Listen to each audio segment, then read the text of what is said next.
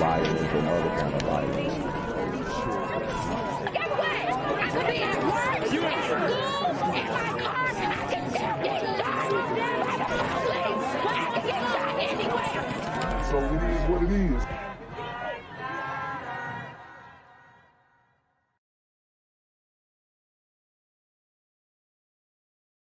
Breaking news at 4, Chicago postal worker shot and killed in the middle of the day while delivering mail. Suzanne Lemonnier is in West Pullman on the south side where it happened. And Suzanne, you have new information on that investigation. Woo! So you have a postal worker shot, and this is Chicago for you guys. This is the norm in Chicago. Mayor Brandon Johnson has completely turned this city into a hellhole, and these super gremlins are running rampant, committing crimes, retaliation, hits. A lot of people are saying this shooting was targeted. So it's a very scary time. Jim Marie, I've been told as many as 9 shots may have been fired here at the scene. I want to show you the scene behind me. Take a look there. The postal worker's truck remains here behind me as the investigation continues into the murder of this postal worker who many say was beloved in this neighborhood. My heart is shattered because it was a nice lady. Kim Sanders says she would see 48-year-old Octavia Redmond, the postal carrier on the block where she works, every day. She just come up and down the block and just deliver the mail, didn't bother nobody. So it's like it's devastated to the area. Police say Redmond was in front of a home here on West 122nd Street and South Harvard Avenue when an unknown man went up to her and started shooting. The ambulance over here, bonafide, is supposed to work at the Rango. Police say Redmond was shot multiple times. We have a gunshot wound to the right side of the neck, 2 gunshot wounds to the hip, and 1 to the, I'm not sure how many to the chest, but she was shot on the chest. Police have been going door to door here, talking to those who live on the block and checking for any homes that have surveillance cameras that may have captured the crime on video. Now, Redmond was taken to Christ Hospital where she was pronounced dead. United States postal inspectors now offering a reward of up to $250,000 for information leading to an arrest and conviction in Redmond's murder.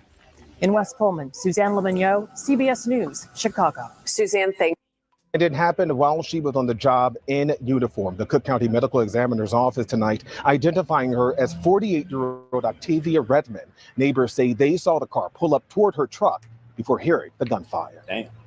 This U.S. Postal Service truck sits idle, surrounded by a maze of crime scene tape after gunfire erupted on this West Pullman block. On this block, because there's a lot of older people live over here, and all of us know each other. Leaving 48-year-old postal worker Octavia Redmond shot multiple times while on the job. It happened outside of a home just after 11:30 this morning near 121st and Harvard. We all knew her around here. Yes, she was like a mother to the neighborhood.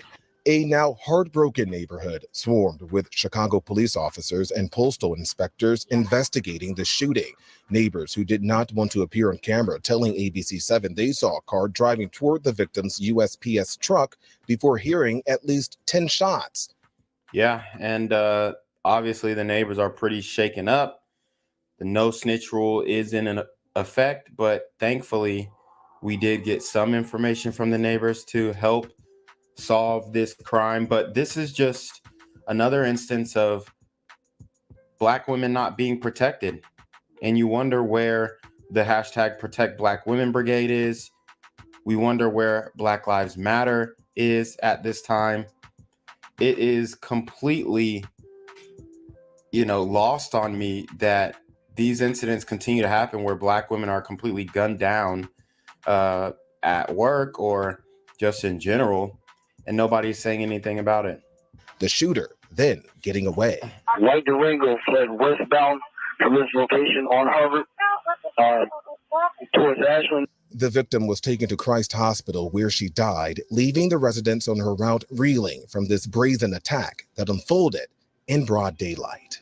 My heart is shattered because it was a nice lady. I'm looking for my morning smile or my afternoon smile. Like now, I got it to adjust to somebody else.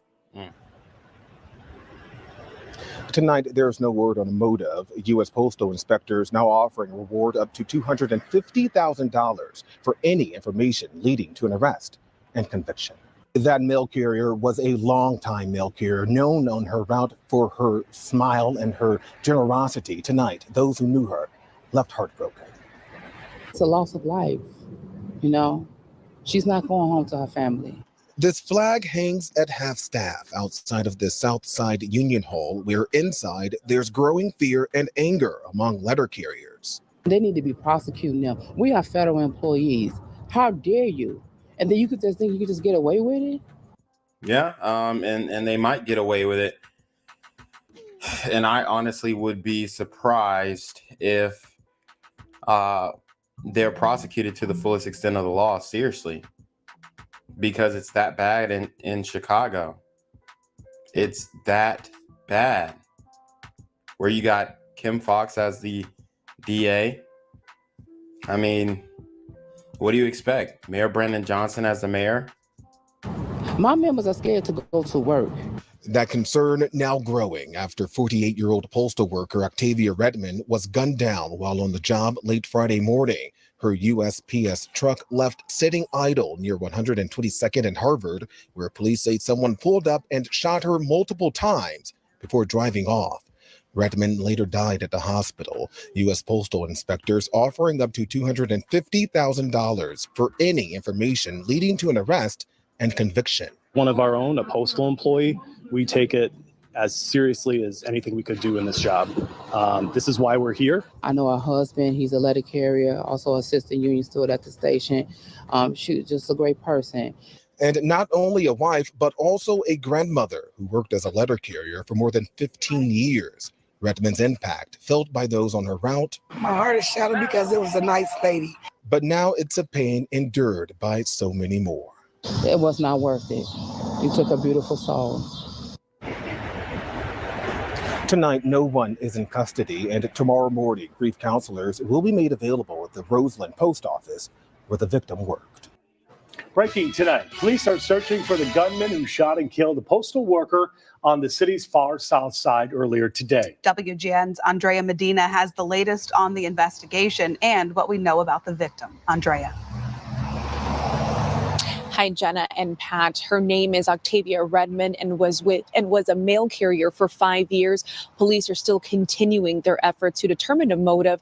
Tonight, we spoke with a USPS worker and also heard from the head of the letter carriers union, who have both voiced serious safety concerns about the violence targeting mail carriers. When we hear a brother or sister from the Postal Service got killed, that hits us very personally. USPS mail handler Pat Gibbons is devastated to learn about his colleague, 48-year-old Octavia Redmond, killed on the job in the West Pullman neighborhood on Friday. We lost a very nice young lady. She was only 48 years old. Octavia was only 48 years old. This is horrible. This is deeply saddened. Although he didn't know her, he still knew of her. He describes the Postal Service like a big family, saying when one person is hurting, everyone feels it. We love our job. We love serving the people. But at the end of the day, we want to go home safe. Around 11:30 in the morning, authorities responded to the 1200 block of South Harvard following a report of a person shot. Redmond was rushed to Christ Hospital, where she later died of her injuries. Postal inspectors and police officers canvassed the area throughout the afternoon. The mail carrier's family was also present, but they declined to speak on camera. And yeah, I mean, think about the family of this woman who is utterly devastated that someone decided to ambush their loved one.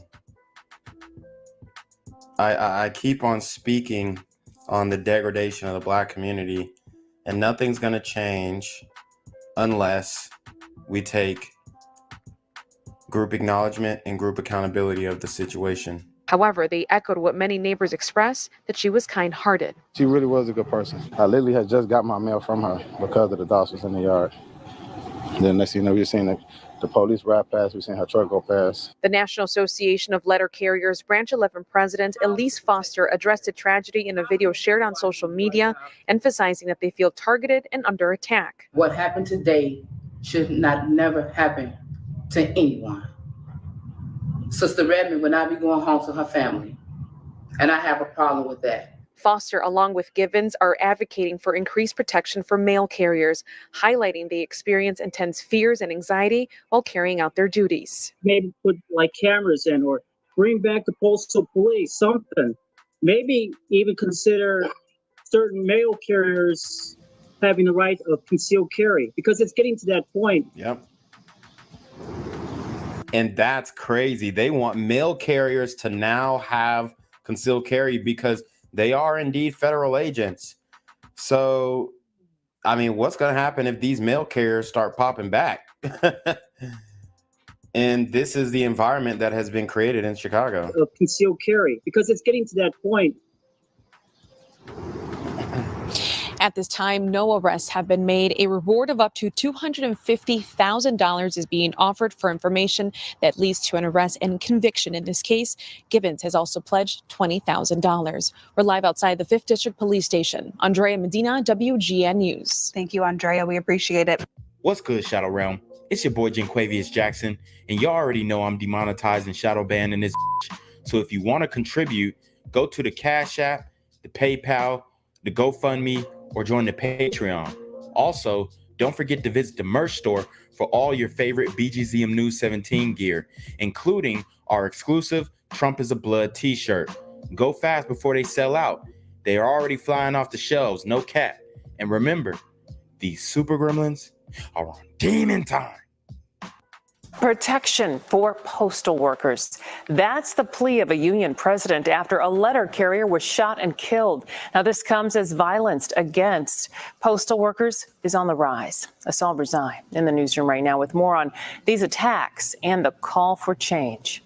Yeah, Suzanne, tributes for that postal worker killed just yesterday have been pouring in on social media. It comes with the renewed push, as you mentioned, to protect postal workers. 48-year-old Octavia Redmond was shot multiple times while out delivering mail, Friday morning in the West Pullman neighborhood. Police say an unknown man walked up to her and started shooting. They got away, and Redmond later died at the hospital. Unfortunately, the deadly shooting is the latest in a string of violent attacks. Just last week, an armed robbery of a letter carrier was captured on camera. It follows back-to-back robberies of USPS trucks earlier this month.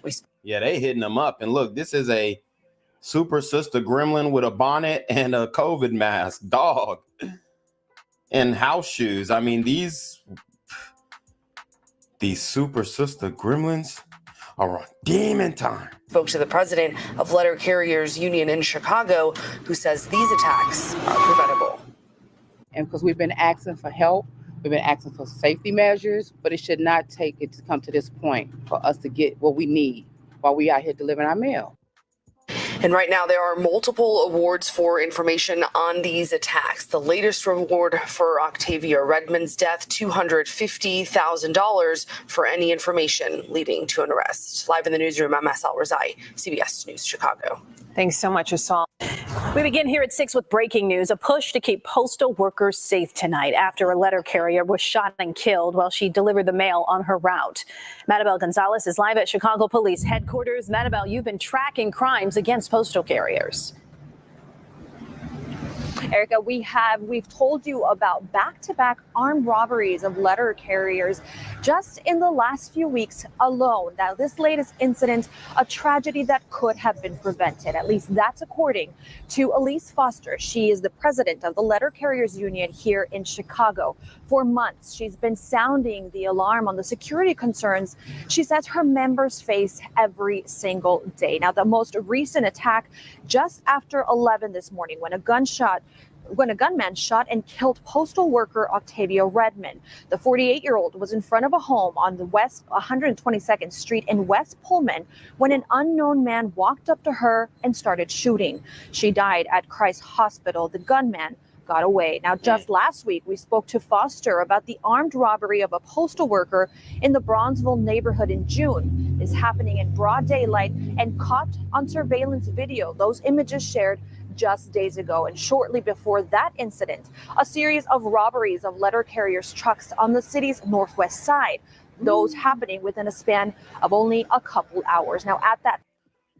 I mean, the people of Chicago are completely imploding and destroying the city. It's a land of lawlessness. That's the only way you can describe it. Time, Foster was urging the police, the community, and the federal government to step in and help. Today, she's echoing that call. At this point, my letter carriers are scared to deliver mail. And if they scared to deliver mail, they cannot be forced to go out to deliver mail because they want to get home to their families. And I want them to return to their families. I want everybody to hear this. You know, I'm tired of talking. Something needs to be done. Well, the sad reality is these are the same types of black women who voted Mayor Brandon Johnson in. Black women voted for Mayor Brandon Johnson at a 96% tick, and black people in general voted for him at an 80% tick. So it's pretty devastating numbers. They say they want change, but they keep voting for the same damn thing. It is. You know, I'm tired of talking. Something needs to be done. This afternoon, these images at the Letter Carriers Union's office, the flag lowered to half staff as members there grieve the death of their colleague. We're told counselors will also be available tomorrow at the station where Octavia Redmond worked. Foster also tells us that shortly after this incident, CPD Superintendent Larry Snelling reached out to her. She will be meeting with him in the next few days to discuss security measures. We're live outside of CPD headquarters. Maribel Gonzalez, CBS News, Chicago. Maribel, thank you. And we begin with breaking news. $250,000. That's the reward being offered to help catch the gunman who killed a mail carrier today in West Pullman. Our Suzanne Lemonniot was live at that scene with new details about the victim and what happened. Suzanne. Erica, I want you to take a look right here behind me. Now you are going to see the postal truck still here at the scene. Next to that truck, you see a large number of U.S. Postal Service police investigating this murder. The postal worker was standing in front of a home right at that intersection when she was shot by someone multiple times. We have a gunshot wound to the right side of the neck, 2 gunshot wounds to the hip, and 1 to the, I'm not sure how many to the chest, but she was shot on the chest. Postal worker Octavia Redmond was taken to Christ Hospital where she died. Redmond, who was 48 years old, was in front of a home near West 122nd Street and South Harvard Avenue just after 11 this morning. That's when police say an unknown man walked up to her and started shooting. My heart is shattered because it was a nice lady. Kim Sanders says she would see Redmond on South Harvard Avenue nearly every day. Whenever she comes, she always smiling like, hey, how you doing, Kim? Do you want me to put the mail in the mailbox or you want me to hand it to you? She just come up and down the block and just deliver the mail, didn't bother nobody. So it's like it's devastated to the area. It was amazing to hear that she got shot on this particular block. A federal agent with the U.S. Postal Service was at the scene along with numerous Chicago police officers and detectives. Investigating the loss of life is the most important thing we can do. So when we lose one of our own, a postal employee, we take it as seriously as anything we could do in this job. This is why we're here. We do have other, jobs and other things to investigate as well, obviously, but all those things take a backseat when something like this happens today. They were going door to door, speaking with those on the block and seeing if any of the houses with surveillance systems captured the crime on camera. A white Durango was seen leaving the area right after the shooting. Now, the United States Postal Inspection Service offering up to a $250,000 reward for information leading to an arrest and conviction in Redmond's murder. Tips can be called in anonymously 24/7 to the number that you see right now on your screen. That number, 877-876-2455. What's good, Shadow Realm? It's your boy Jenquavius Jackson, and y'all already know I'm demonetizing shadow banning this bitch. So if you want to contribute, go to the Cash App, the PayPal, the GoFundMe, or join the Patreon. Also, don't forget to visit the merch store for all your favorite BGZM News 17 gear, including our exclusive Trump is a Blood t-shirt. Go fast before they sell out. They are already flying off the shelves, no cap. And remember, these super gremlins are on demon time. Gang violence and other kind of violence. Guess what? I could be at work, at school, in my car, and I can still get shot. So it is what it is.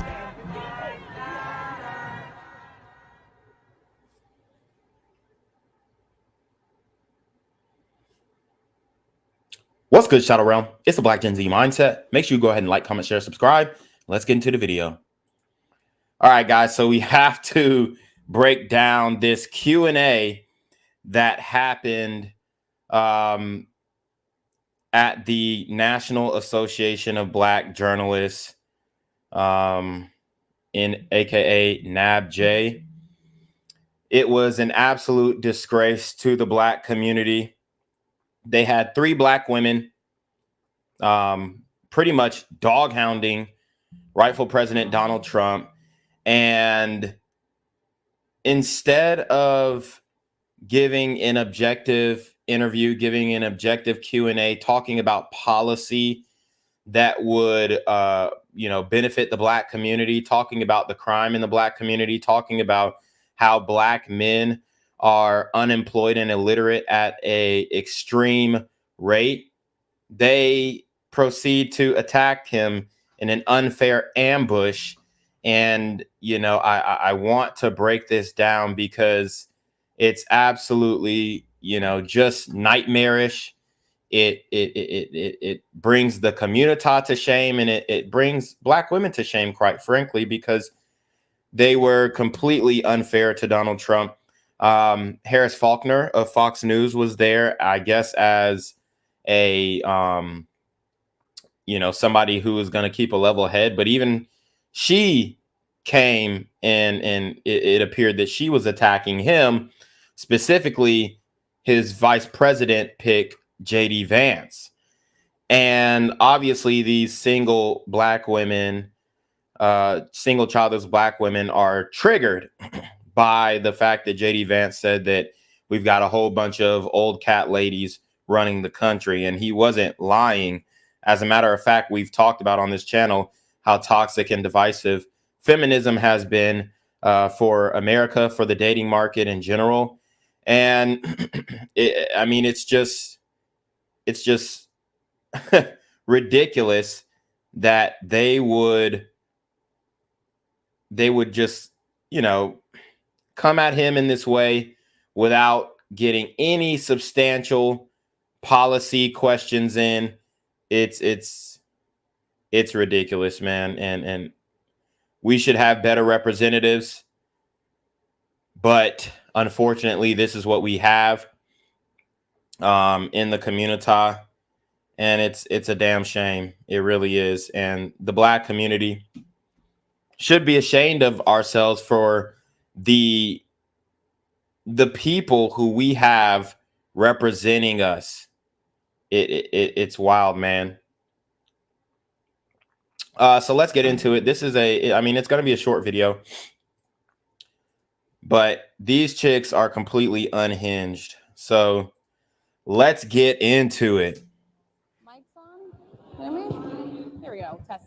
And just to, give you guys a little backstory, the NABJ, the National Association for Black Journalists, were having technical difficulties in the beginning and delayed President Trump from coming on for 30 minutes. So they had an hour to speak with him. They couldn't get their technology right, their microphones and their earpieces right. So they had to wait for 30 minutes and they still didn't get him right. But they pretty much just said, you know what, fuck it. We gonna nigga rig this shit.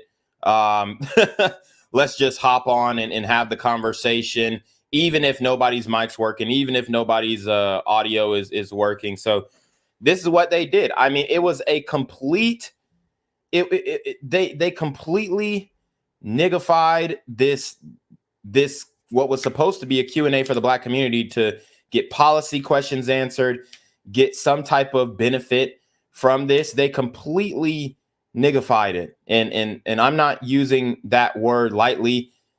The technology was all off.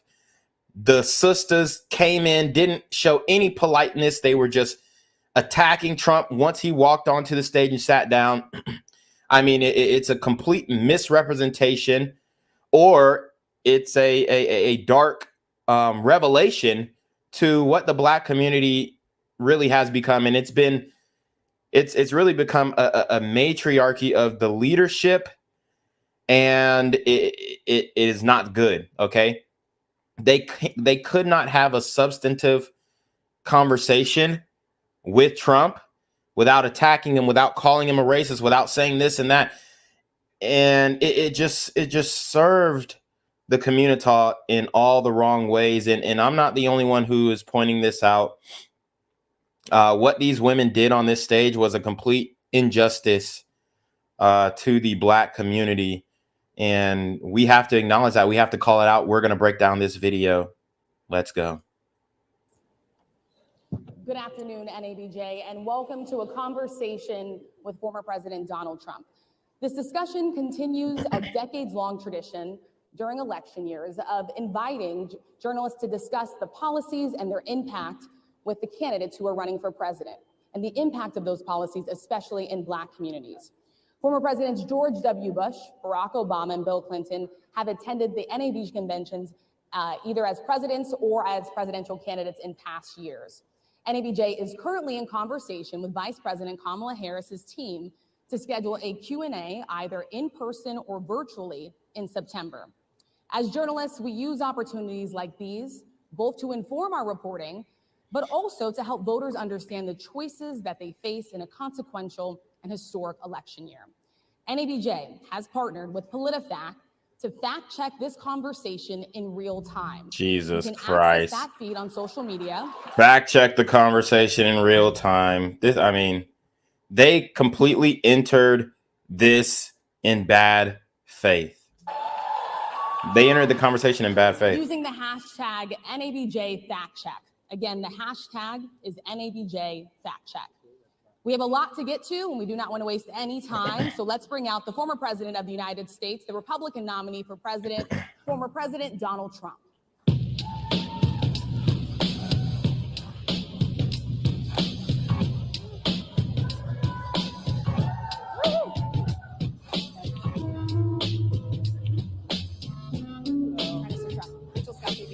Thank you.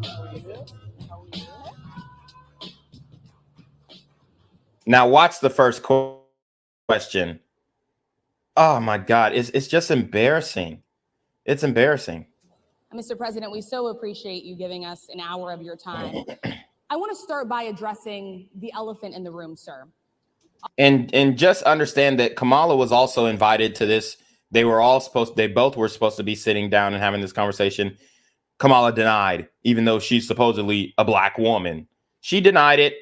And she'll probably end up doing it now since she saw how they treated Trump in this conversation. And she is pretty much understanding that it's going to be a friendly environment for her. The issue is that she can't speak for that long, right? And I pointed this out on my X account. If you guys want to go follow me on X, I pointed this out on my X account, and a lot of people, were really taken aback by my revelation, I guess you could say. I mean, it's pretty crazy, but I'll show you guys a tweet really quickly. So here we go. I'll show you guys a tweet. The tweet says, "Have you noticed that Kamala Harris only speaks for 20 minutes max at a time?"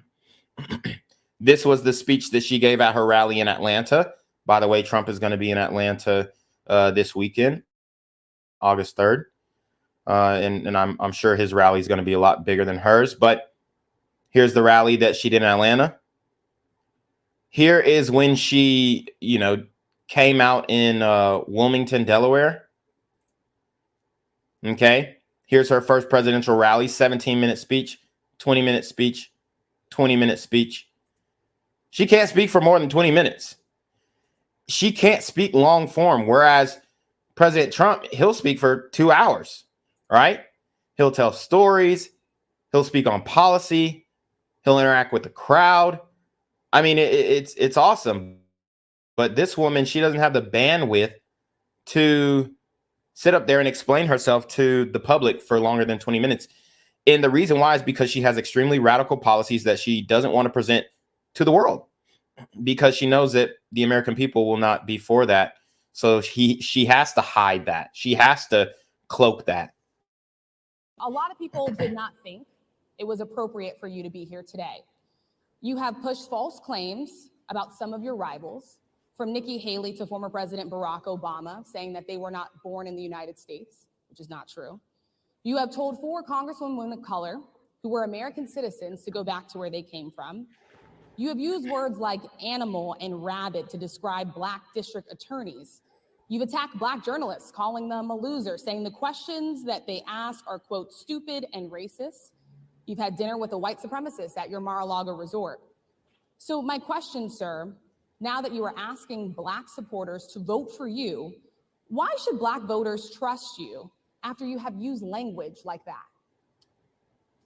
So you heard that question. I don't want to pause it every single time, but just the disrespect. No, hey, how are you doing, President Trump? Glad that you're here. We really want to get your intake and nothing. Just, oh, you're a racist.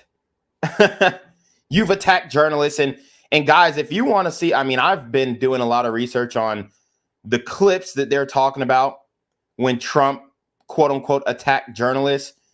Let me see if I can pull this up. He completely, in many cases, he's not attacking journalists at all. They're trying to pigeonhole him into a position that he never represented. And it's wild. These women, you can't trust them. You can't respect them. And they have these conversations in complete bad faith. And it's just not fair. But watch how he answers. First of all, I don't think I've ever been asked a question in such a horrible manner. First question. You don't even say, hello, how are you? Are you with ABC? Because I think they're a fake news network, a terrible network. Facts.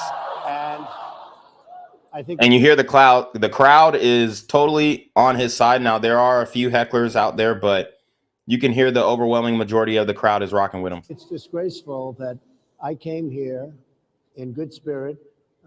I love the Black population of this country. I've done so much for the Black population of this country, including employment, including opportunity zones with Senator Tim Scott of South Carolina, which is one of the greatest programs ever for Black workers and Black entrepreneurs. I've done so much, and I say this, historically Black colleges and universities were out of money. They were stone cold broke, and I saved them, and I gave them long-term financing, and nobody else was doing it. I think it's a very rude introduction. I don't know exactly why you would do something like that. And let me go a step further. I was invited here, and I was told my opponent, whether it was Biden or Kamala, I was told my opponent was going to be here. It turned out my opponent isn't here. You invited me under false pretense. And then you said, you can't do it with Zoom. Well, where's Zoom? She's going to do it with Zoom, and she's not coming. And then you were half an hour late, just so we understand. I have too much respect for you to be late. So they literally was on CP time, color people time. They was on nigga time. Let's keep it a buck. And they disrespected this man's time. They invited Kamala Harris and said, they said they invited her, said that she would be here. He found out upon arrival that she wouldn't be here. it's a complete ambush, but he handled himself well. There are some things that obviously he probably didn't have on his mind that he could really, fight back with, hit back with without looking, combative. And I think he just wanted to go in here and survive the conversation. Unfortunately, that's the hostile environment that the community, specifically Black women, have created for a former president. Now, if you want him to do something for the Black community, is this how you would treat the man? Is this how you're going to treat the man? You want him to do something for the Black community, and this is how you treat him. I mean, it's completely outlandish. They couldn't get their equipment working or something Mr. was President, wrong. I would love I think if you it's can a answer the very question on nasty your question. rhetoric and why you I believe have that answered Black the voters question. should trust you with another I 4 have years. been the best president for the Black population since Abraham Lincoln. That's my answer. Better than President That's Johnson, my who signed the answer. Voting Rights And Act? for you to start off a question and answer period. She said better than Lyndon Johnson. I mean, this is ridiculous.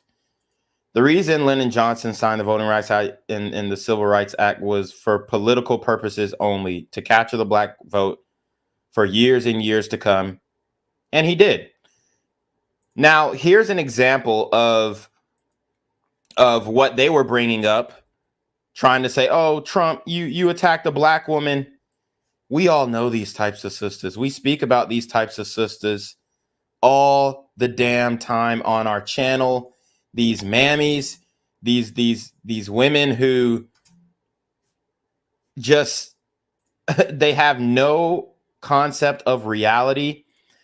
They are a cancer to the Black community. In many cases, they are single mothers who continue to encourage other women to be single mothers, or they're just single and childless and are encouraging women to be single, really, because even if a woman has a child, they're still telling her to be single and not to stay with the husband. These are the types of women that, the ABC reporter referenced.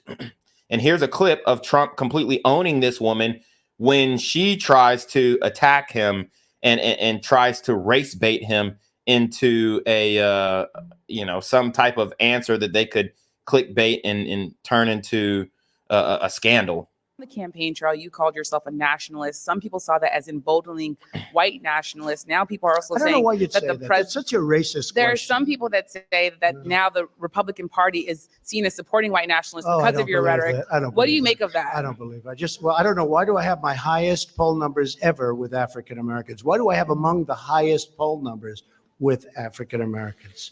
I mean, why do I have my highest poll numbers? That's such a racist question. Honestly, I mean, I know you have it written down and you're going to tell me. Let me tell you, it's a racist question. And Mr. President, I want to love ask. it. You know what the word is? I love our country. I do. You have nationalists, you have globalists. I also love the world. And I don't mind helping the world, but we have to straighten out our country first. We have a lot of problems. And Excuse me, but to say that, what you said is so insulting to me. It's a very terrible thing that you said. So that is one of the examples of she's trying to say, oh, well, Trump said she was racist. No, what she said was racist because she tried to insinuate that he was a white nationalist when he is a nationalist in general, which means that he supports the country over the interests of the globe, which the globalists pretty much want to take over the world and have one world currency. And he's against that. He is for the United States of America. He's America first. He's make America great again. And that woman tried to pigeonhole him into saying that he was a white nationalist, white supremacist, and all this kind of stuff. I mean, it's absolutely disgusting. And the fact that this woman would come on here and try and paint it out as if that is what he said, it's absolutely ridiculous. Especially when you're 35 minutes late because you couldn't get your equipment to work in such a hostile manner. I think it's a disgrace. I Let really me do. let I me think just ask it's a follow-up, sir, and then we'll move on to other questions here.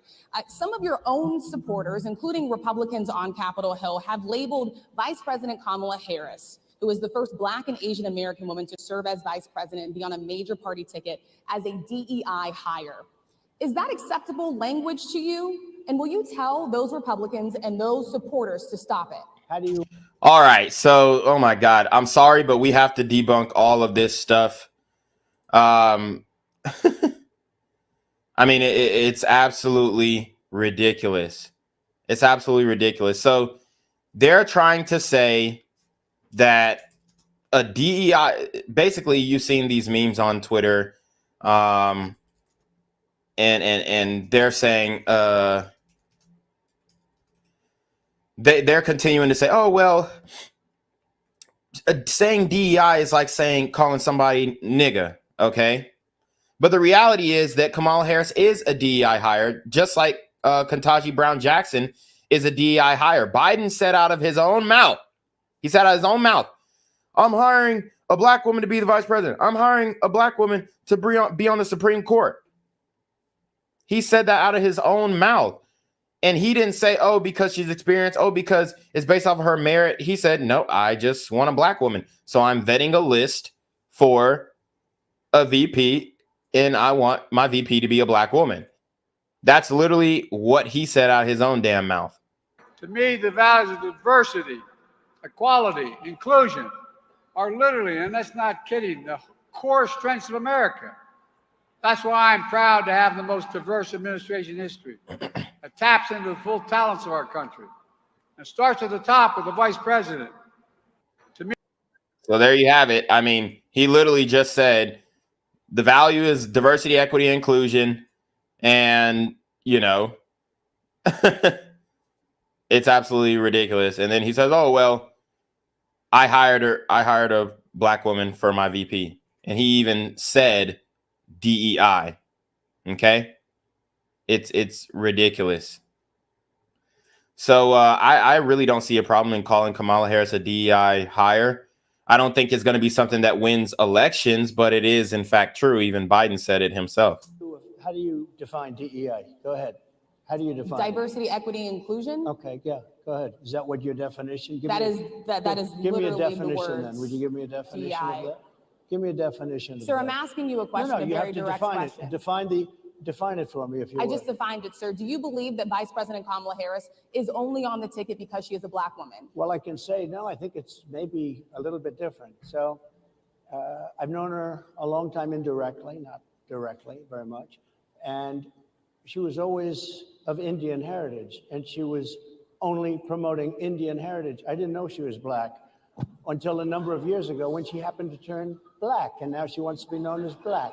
So I don't know, is she Indian or is she black? She has always But you know identified what? as a black woman. I She went to a respect either historically black one. college. I respect either one, but she obviously doesn't.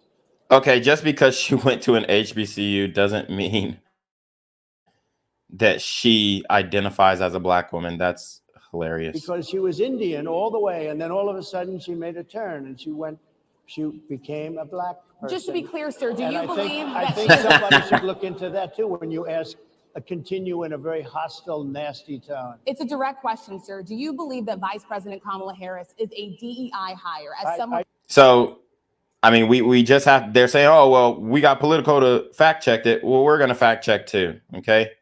We're going to fact check too. Here's Kamala saying that she's Indian, not black. In particular, when you're talking about the South Asian community, we're talking about the Indian community more specifically, it is a growing community in the United States in terms of its voting bloc, in terms of its participation.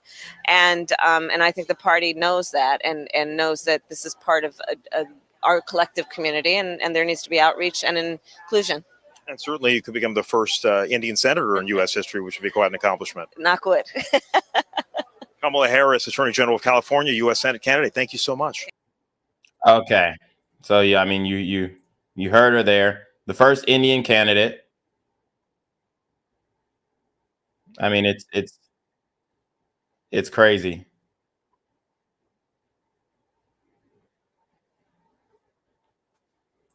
All right. So we have Kamala's auntie.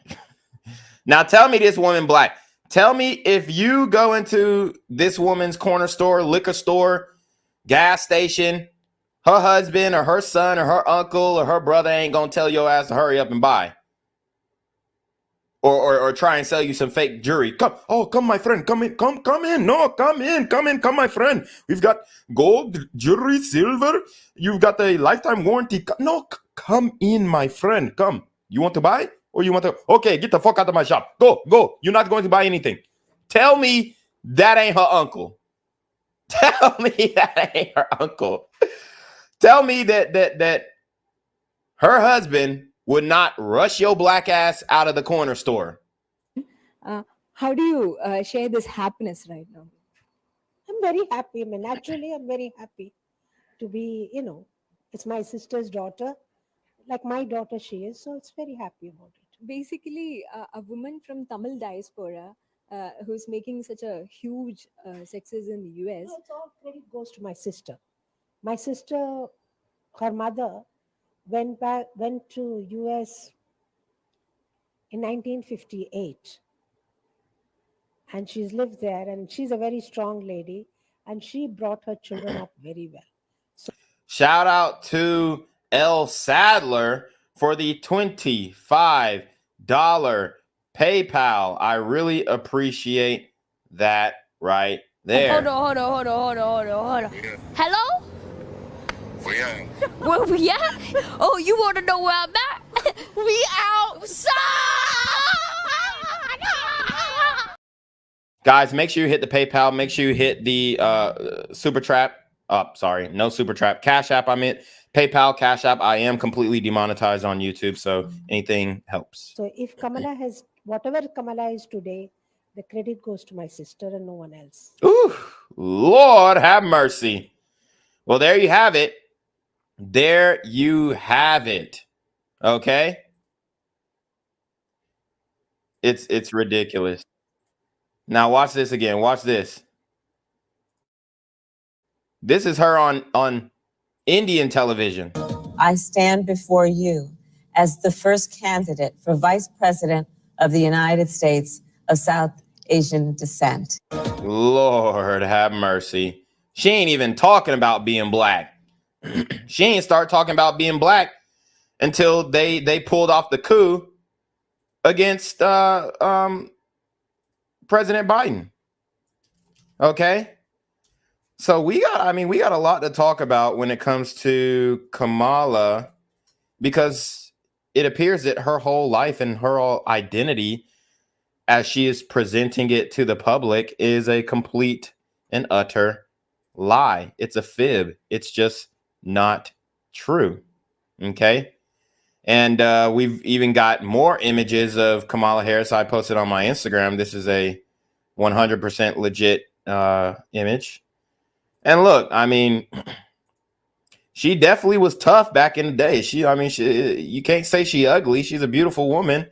She's just not fit to be president. Here's Kamala with the red dot and her family. I don't see one black woman. I don't see one black woman. Now, can she pass for being a light-skinned black woman? Sure. Nobody said that she couldn't. I personally just do not see a black woman when I look at Kamala Harris. I don't. Okay. So that's pretty interesting there. And then there are other things about Kamala that we can talk about too. The fact that she is a descendant of an Irish slave owner in Jamaica, which honestly, I mean, it wouldn't mean anything to me. It wouldn't matter to me if she wasn't trying to give off this pro-blackity black, this and that type persona, right? It wouldn't matter to me if she wasn't trying to co-opt blackness for her benefit in order to win the presidency. So let's get into the, I really want to thoroughly debunk that this is not a black woman, y'all. And if it is, I mean, I'm not going to lie. According to her staff, she's doing a really good job at playing one, because they said she has a 90% turnover rate when it comes to the people that work for her. Nobody likes working for Kamala Harris. She is mean. She's nasty. She's sadistic. She puts people through, unrelated tasks just so that she can see you squirm. She loves the power. She's completely inundated by it, and she'll do anything to get elected, and she'll do anything while she's in office to keep that power. So this is from the Irish Times. Kamala Harris is a descendant of an Irish slave owner in Jamaica. Presumptive Democratic nominee in U.S. Vice President Kamala Harris has Irish roots, but not in a way that she is likely to embrace. Ms. Harris is the daughter of Donald J. Harris, who was born in Jamaica, and Shyamala Gopalan Harris from India. Genealogical research carried out by Northern Irish historian Stephen McCracken reveals Ms. Harris's 4 times paternal great-grandfather, Hamilton Brown, was born in Co-Antrim in 1776, the year of the U.S. Declaration of Independence. Brown immigrated to Jamaica, then a British colony, and became an enthusiastic slave owner on the sugar plantations that were the mainstay of the island's economy. He opposed the abolition of slavery across the British Empire in 1832 and went to Antrim to replace his slaves with workers from his native country, or county, which I think they meant country. He gave his name to Brownstown in Jamaica and is buried in the interior of St. Mark's Anglican Church, which he built with his own money. Brown was pro-slavery and hated the British abolitionists William Wilberforce, who brought in a slave registry bill to stop the trading of slaves between different islands in the Caribbean. Brown called him cloven-footed and a hypocrite. Brown received almost 11 million euros in modern money in compensation from the British government for his slaves, according to records held by the University College London. So instead of paying reparations to his slaves, he argued to the British government that you guys destroyed my business, so therefore you owe me 11 million euros, which is a lot of money back then. Oh man, it's a lot of money back then. I mean, imagine that. Imagine that. Compensation was paid when the UK government banned slavery across the British Empire in 1833. So imagine what 11 million euros in 1833 is worth. The British spent $20 million on compensation. Whew. Brown received 12,610 for his slaves, 12,610 euros for his slaves who were emancipated. He spent much of the money recruiting hired labor from his native Co-Antrim. Ms. Harris' father, an emeritus professor of economics at Stanford University, acknowledged his family's slave-owning past in a piece of a Jamaican newspaper in 2018. Curiously, relatives on his mother's side are called Finnegan. President Joe Biden's Irish ancestors are also called Finnegan. All right. So here's what her father wrote, who also has disavowed her for that Breakfast Club interview where she stereotypically lumped in Jamaicans with pot smoking. He didn't like that, so he disavowed her words and pretty much disowned her. And he's a professor. Donald Harris wrote, "My roots go back within my lifetime to my paternal grandmother, Miss Chrissy, Nee Christina Brown, descendant of Hamilton Brown, who is on record as plantation and slave owner and founder of Brownstown, and to my maternal grandmother, Miss Irish, in Nee Iris Finnegan, farmer and educator from Innan Town and Inverness, ancestry unknown to me." Okay, so basically we covered that. She's not a black woman. She's an Indian American woman. There's no problem with that. There's only a problem when you try and act like you are black when you are not, just because you light-skinned it and you can pass. I really don't know. I really don't know. Could be.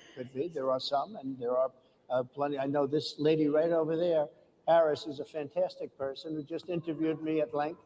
And we had a great interview, I think, and I heard you got very good ratings on that. Well, you interview. told me it was the longest one of your life, so we had a good discussion. Look, I want to talk about why you're here today. I mean, it is not lost on us how divided we are as a country. And as you were coming today, we really got to see that we are divided along the lines of race, along the lines of gender. And there is this question of, in this moment where we are, why come here? What is your message today?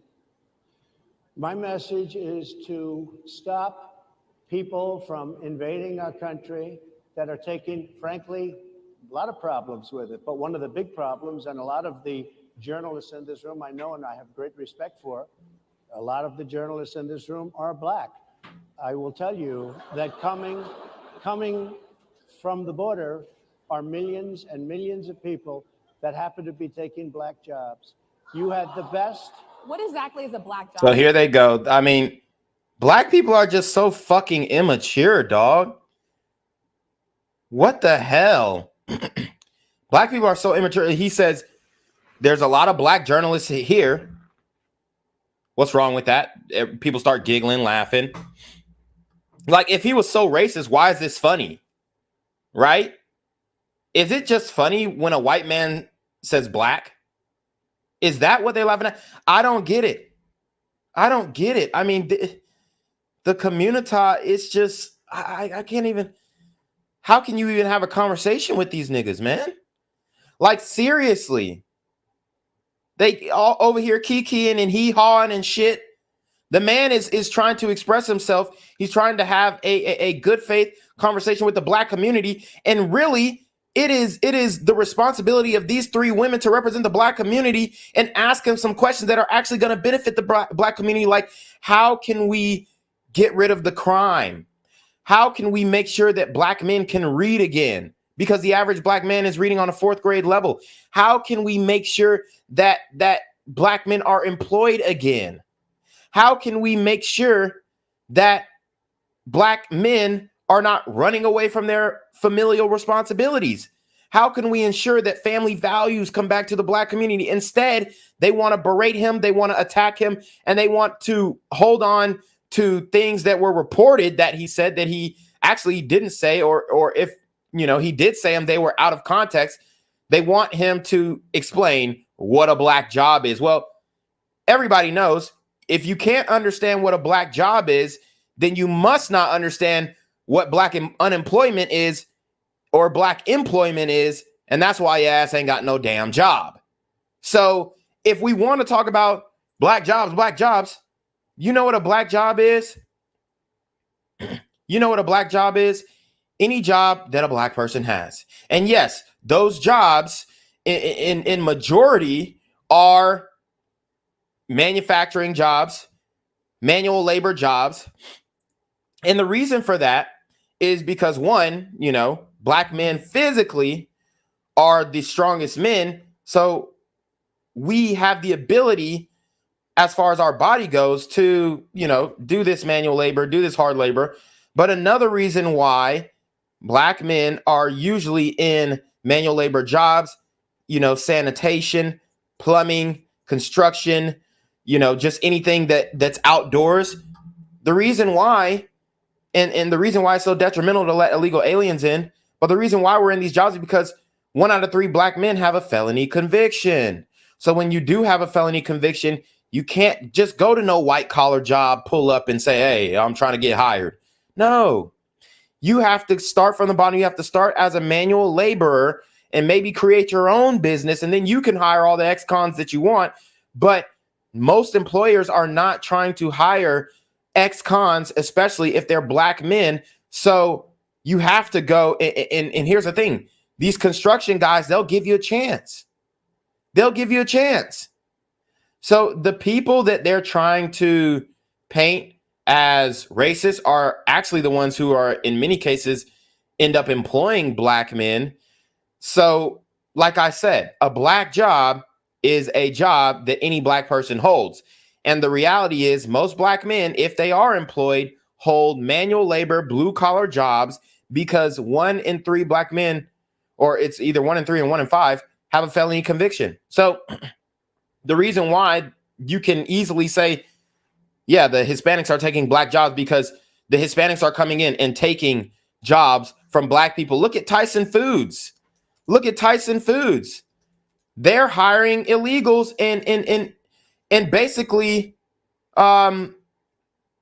they're basically hiring illegals and they're taking American jobs. Okay? And they keep telling you, these are jobs nobody wants. These are jobs nobody want. I'm sorry, but have you asked black men if they want to work these jobs? Because I'm sure if they paying $15, $20 an hour, niggas will sign up, especially if they're intentional about being employed. Here you go. Tyson is hiring New York immigrants for jobs no one else wants. No one else wants. Meatpacker seeks 52,000 employees this year for factory jobs. Are you out of your mind? Do you know how many niggas I know right now that work at the poultry? Do you know how many black men I know right now who work at the poultry factory? And Tyson Foods is trying to tell us that, and Bloomberg.com is trying to tell us that these are jobs nobody wants. Does working at the poultry suck? Yes. But I know black men who worked at the poultry until they were 74 years old, catching chickens and cutting their damn heads off. And they loved their jobs. And they was trying to teach the young ninjas. And the young ninjas didn't want to work. So they tried to whip them into shape. And they could only take in and mentor the young brothers who actually wanted to elevate in life. And that's what they did. So don't you ever disrespect the black men, the blue collar men, the Malcolms, the mildly attractive, lucrative, communicative, operational, likable men who work at these poultries, who work at these factories, who work these manual labor jobs. I mean, it's a disgrace that these women are, what's a black job? What's a black job? Bitch, the job you working right now is a goddamn black job. How about that? A black job is anybody that has a job. That's what it is. Anybody that has a job. All right. And Mr. President, they're taking the employment away from black people. They're coming in, they're invading. It's an invasion of millions of people, probably 15, 16, 17 million people. I have a feeling it's much more than that. And everybody's been seeing what's happened. The first group of people, the black population, is affected most by that. Yep. And Kamala is allowing it to happen. She's the border czar. She's the worst border czar in the history of the world. There's never been a border czar like this. She's never even essentially been. She said she was there once, but not the right part of the border. So she was a border czar. She's done a horrible job. These people are coming into our country, and they're taking black jobs and Hispanic jobs. And frankly, they're taking union jobs. Unions are being very badly affected by all of the millions of people that are pouring into our country. And one thing, as we discussed, many of these people are coming in from mental institutions, from prisons, from jails. They're gang members in other countries. Other countries are setting loose their prisoners. They're opening up their prisons and their mental institutions, and they're taking their bad people, drug dealers, gang members, and they're bringing them into the United States. And by the way, their crime rate is going down, and our crime rate is going to be a disaster. Mr. President, I want to get into how you address some of the issues with black communities. And I say that plural because we live in communities of color that are different. We're not all the same. We don't vote the same. We don't think the same. Sure. It's not monolithic. So as you come here today, I want to talk about something that bursts, and this is the weight of the inflation on this country right now. The nonprofit Money Management International recently released data from its mid-year analysis that we have found a 52% rise in people who are seeking counseling for being in credit debt. They're paying for food that is sky high on their credit cards, and now they can't pay that off. The credit counseling nonprofit MMI, as I said, is saying now that they've seen surges that they haven't seen since we were in a pandemic of people in financial trouble. Much of that falls on the shoulders of single moms, single black moms, when you look statistically. Yeah. How do you turn it around? What's your plan for the black community when it comes to money? So, first of all, it's very hard to hear you for whatever reason because of the fact that they have bad equipment, because I guess, this woman was unable to get the right equipment. But it's very hard for me to hear you, but I can hear every other word. It's very difficult, actually. But so I don't know if they can fix it or do something with it, but I'll do the best I can with it. The inflation is absolutely destroying our middle class, our working class, virtually every class. Inflation is a disaster in our country. Inflation is a country buster. It breaks every country. And we had, in my opinion, the worst inflation we've had. They say it's 58 years, but I think it's much more than that. It's been devastating. And if you just take a look at a lot of things they don't include, like interest rates. Interest rates went from 2.4% to 10%, and you can't get the money. People can't buy houses.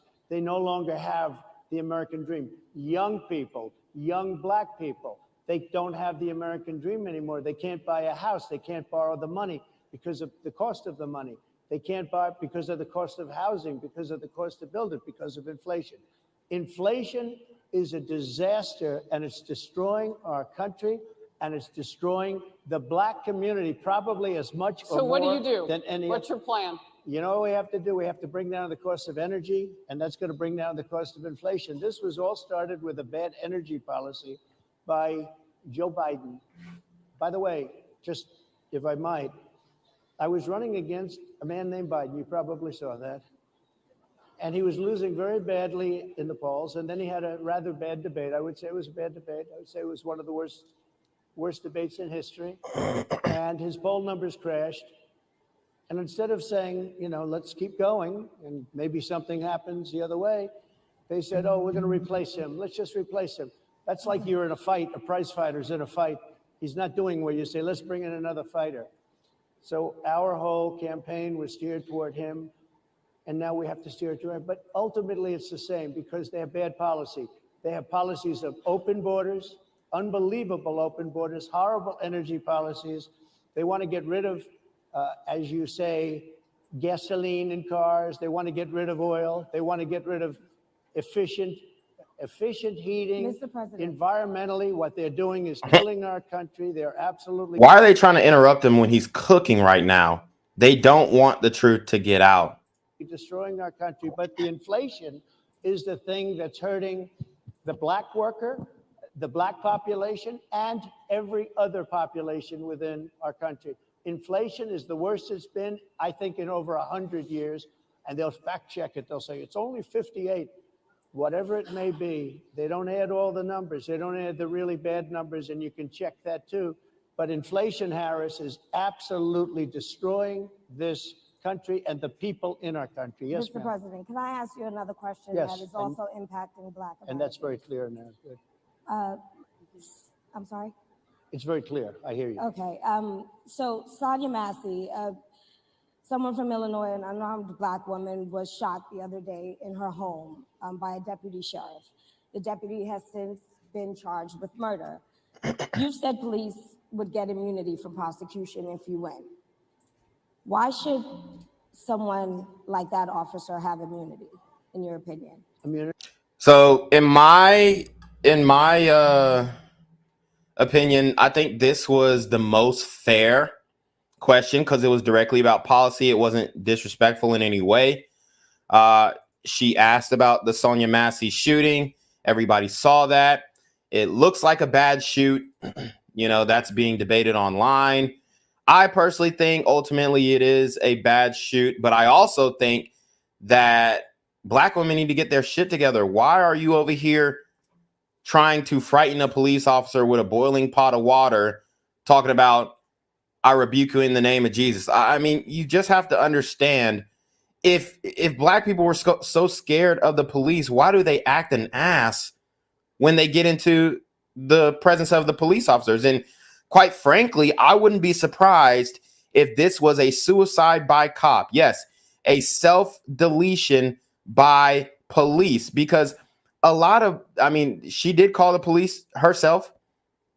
And oftentimes a lot of Black people will get themselves into an issue with the police officers, and then they're going to act an ass, and it looks like they're trying to get killed in some of these cases. So not saying that the Sonia Massey shooting was justified.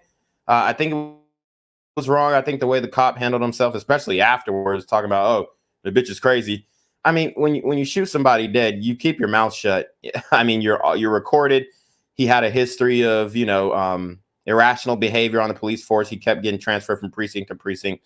So I think this is a slam dunk case for any. I think that this happened in Chicago, or Illinois. I don't know if it was Chicago, but it happened in Illinois. I think there's, pretty much it's an open and shut case. The family's going to get paid out and all that kind of stuff. But we can't just take all of the onus off of the woman who's acting a damn fool. So, yeah, just be cognizant of that. Like I said, I don't think the Sonia Massey shooting was a good shoot. I think the police need to be trained more in hand-to-hand combo. Also, I do understand the risks that police officers take, so that can't be forgotten. But all in all, it's a horrible thing that happened. But that doesn't take away from the fact that we need police officers to be able to do their jobs and be confident in doing their jobs and not be pussyfooting around real, live, hardened criminals. So complete immunity, I don't necessarily agree with.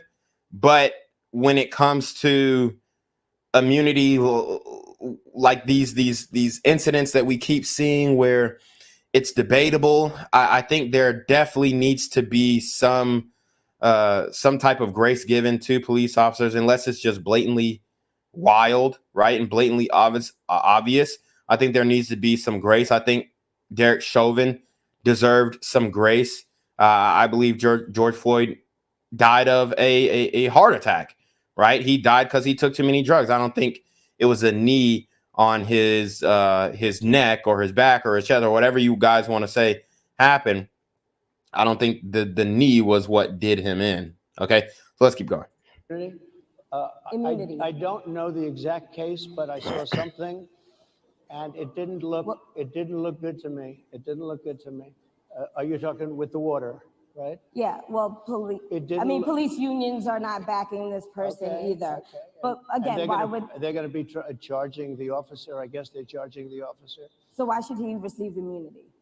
Well, he might not. I mean, it depends. It depends on what happens. I'm talking about people that are much different cases than that. We need people to protect ourselves. And by the way, in Chicago, as an example, a few weeks ago, July 4th weekend, they had 117 shootings and 17 deaths.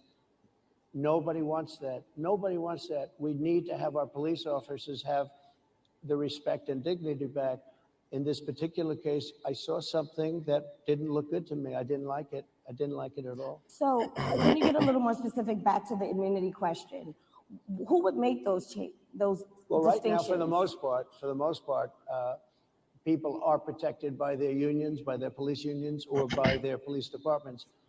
But I'm saying if I felt, or if a group of people would feel that somebody was being unfairly prosecuted because the person did a good job maybe with crime or made a mistake, an innocent mistake. There's a big difference between being a bad person and making an innocent mistake. But if somebody made an innocent mistake, I would want to help that person. What would those exceptions be? What would determine you an go innocent after mistake? somebody and it's a very close call and it's very dangerous, and they have the policeman's life and woman is a very difficult thing, because sometimes you have less than a second to make a life and death decision, and sometimes very bad decisions are made.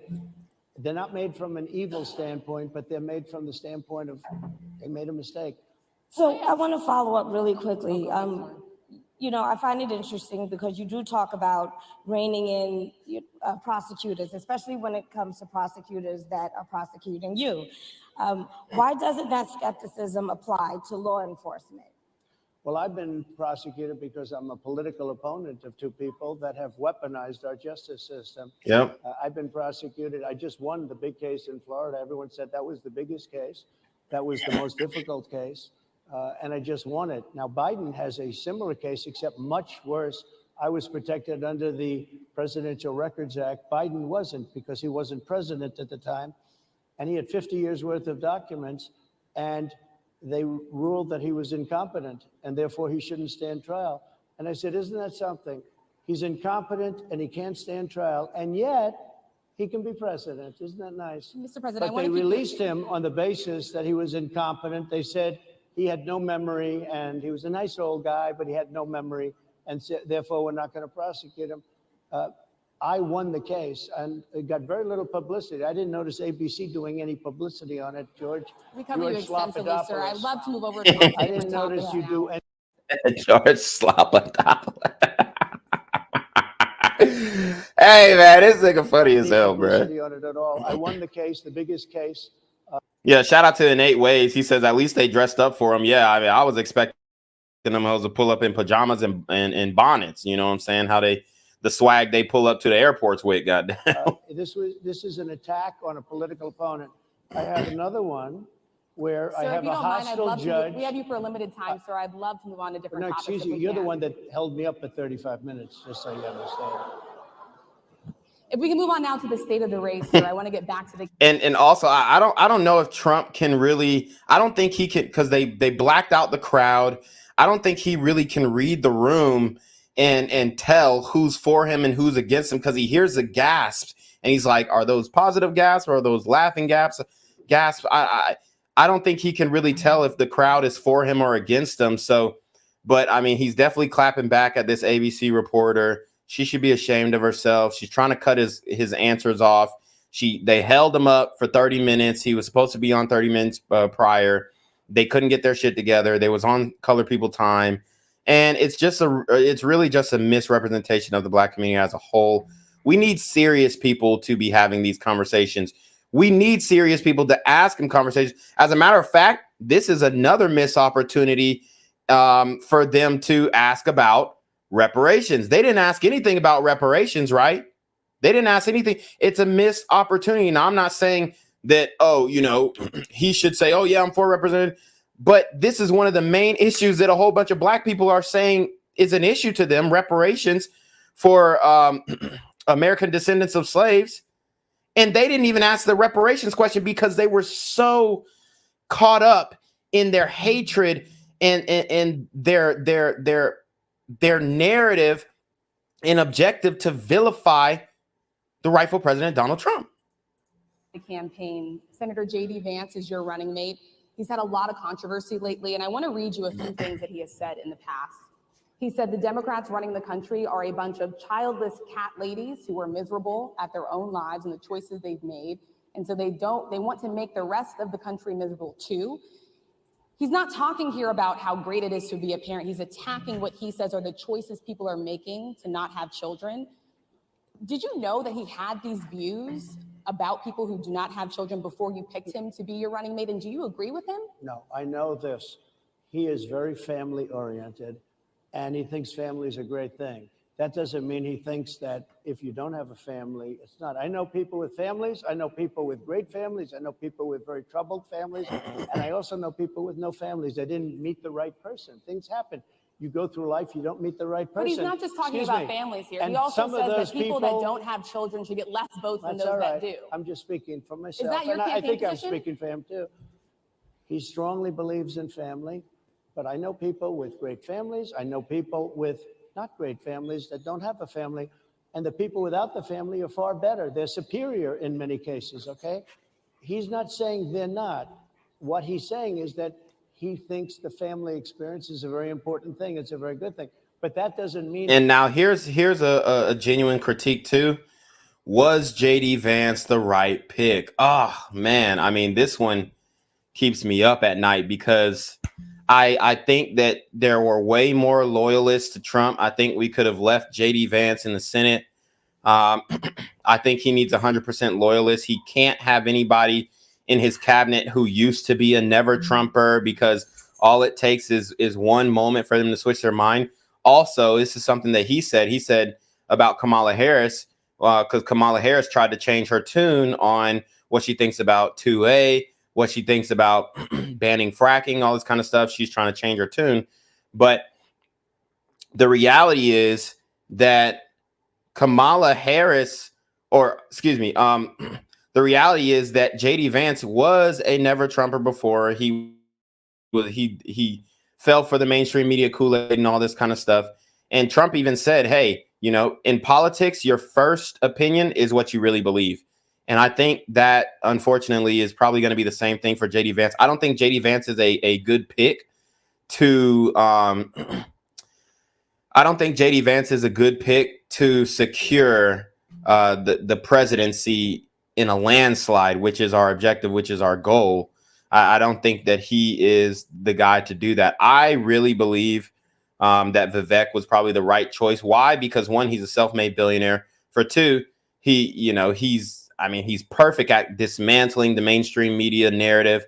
I mean, he's completely flawless.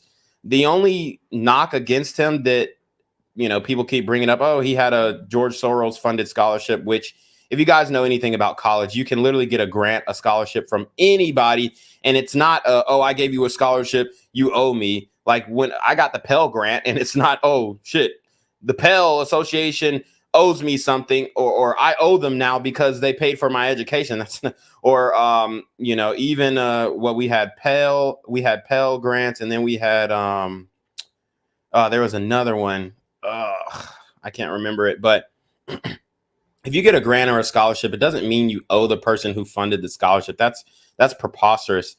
So that was a knock against him. And then there was another knock where he was dancing to Eminem music, or he was rapping, you know, Eminem.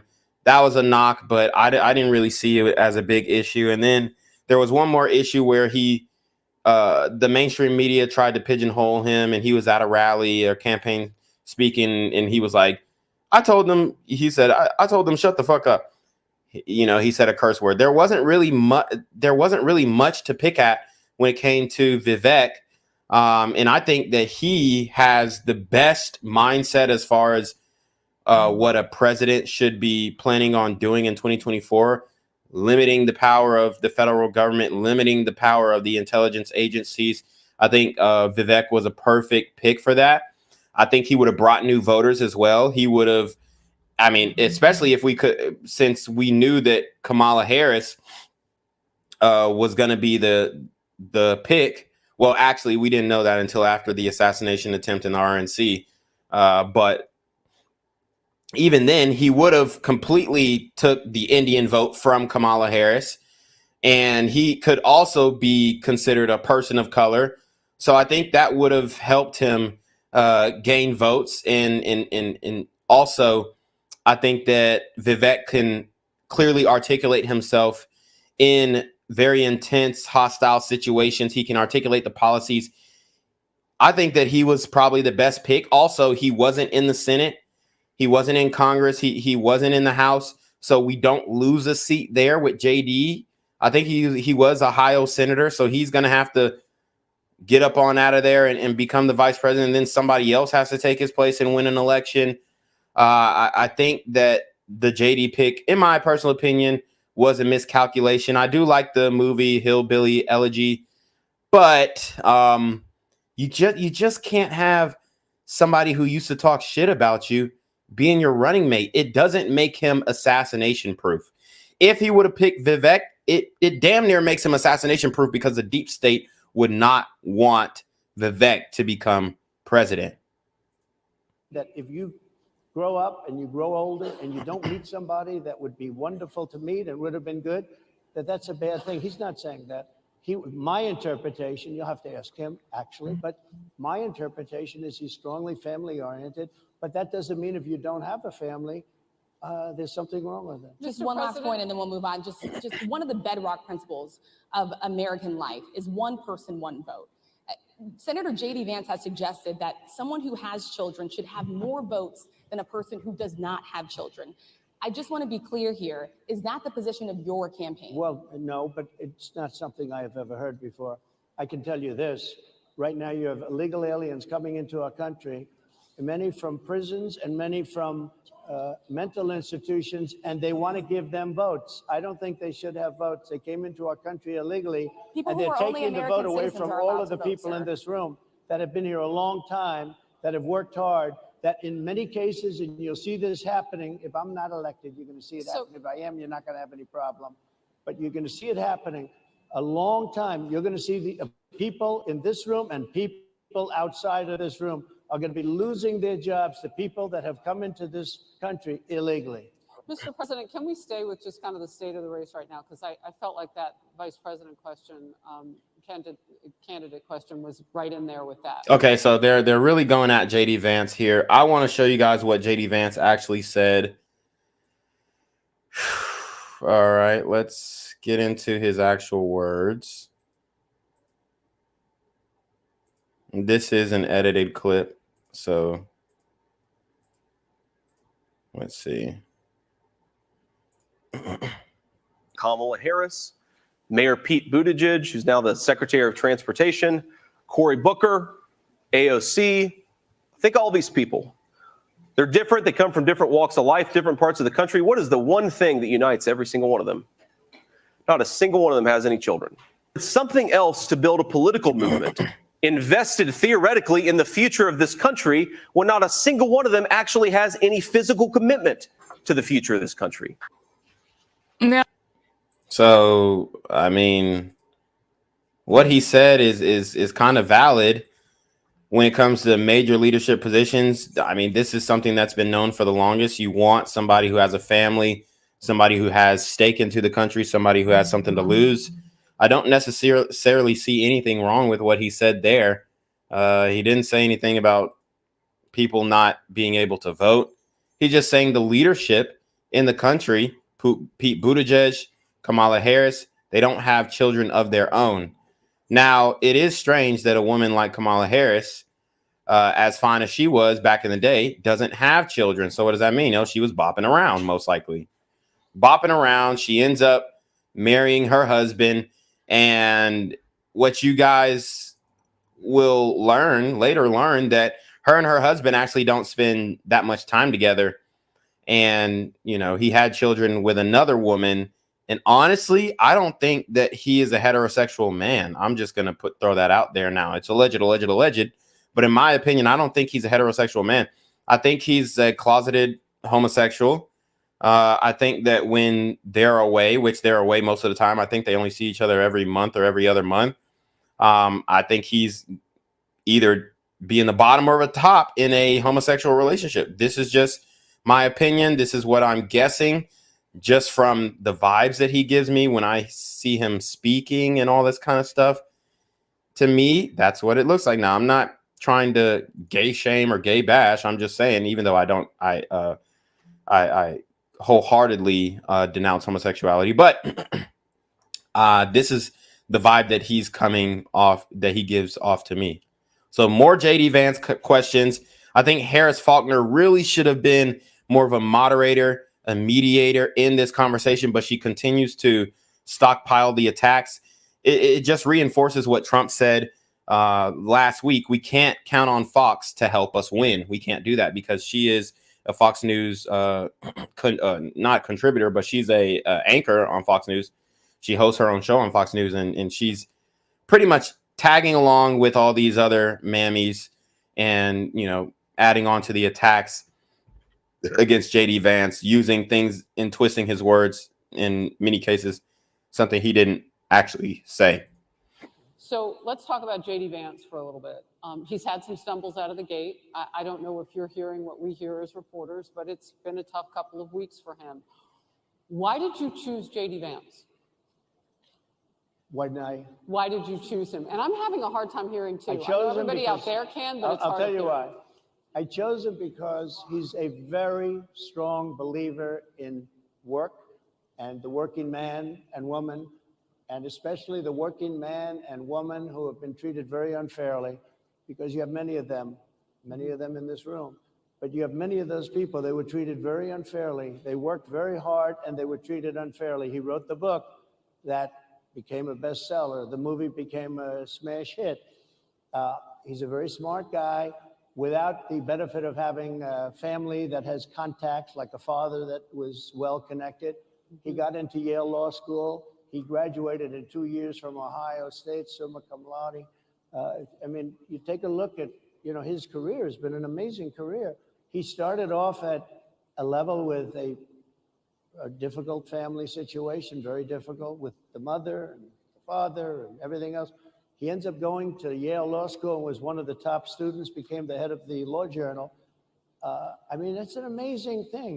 He's a 4-year, he was in the military with great distinction for 4 years, got out, went into business, became successful in business, very successful in business, actually. Did public offerings and other things. And I have to believe in that. I mean, he's somebody that was born in a rough situation. Most of the people know that situation because it was very well documented in his book. And I have a lot of respect for somebody that can get into Yale and become one of the best students in Yale, that meets a young woman at Yale who was also outstanding, and they get married, they have a beautiful family. But he had he's made himself an amazing life. He then goes to Ohio, lives in Ohio, and he had my endorsement. That helped. But he wins the Senate. He becomes a United States Senator. So he's a United States Senator. And so, Harris, like I respect you for your success, I respect people for their success. The reason I asked the question is because the last time you and I sat and talked was the day that you were shot. We'd been together for much of that day. You left to go to Butler, Pennsylvania, and we didn't know what was next. Yeah. And I'm 2 days sorry. after that, I cannot understand your microphone. I know is so it is muffled. really hard for me I to mean, it's understand just you too. I can understand you perfectly. Because she's Whoa. closer. I can understand you, Happy to hear that, sir. but I can't Really happy to hear understand that. Harris. I have a few more questions. Because of the distance, and the mics are really in lousy shape, but I cannot understand So, what you're saying. Go so ahead. what I wanted to say was the last time we spoke, you said some words that were prophetic because I asked you who you wanted to choose for vice president. Yeah. And you said normally it really wouldn't matter what they would bring, you know, you choose somebody that you think has a future, that sort of thing. But you said these words 3.5 hours before an attempted assassination on your life. You told me that bad things happen, Harris, and that's why this decision is important this time. Bad things happen. You said it twice. When you look at J.D. Vance, is he ready on day one? Does he what? Ready on day one, if he has to be. I've always had great respect for him, and for the other candidates too. But I will say this, and I think this is well documented. Historically, the vice president, in terms of the election, does not have any impact. I mean, virtually no impact. You have 2 or 3 days where there's a lot of commotion as to who, like you're having it on the Democrat side, who it's going to be. And then that dies down, and it's all about the presidential pick. Virtually never has it mattered. Maybe Lyndon Johnson mattered for different reasons of what we're talking about, not for vote reasons, but for political reasons, other political reasons. But historically, the choice of a vice president makes no difference. You're voting for the president, and you can have a vice president who's outstanding in every way, and I think JD is. I think that all of them would have been, but you're not voting that way. You're voting for the president. You're voting for me. If you like me, I'm going to win. If you don't like me, I'm not going to win. I'm going to get my JD Vance question in.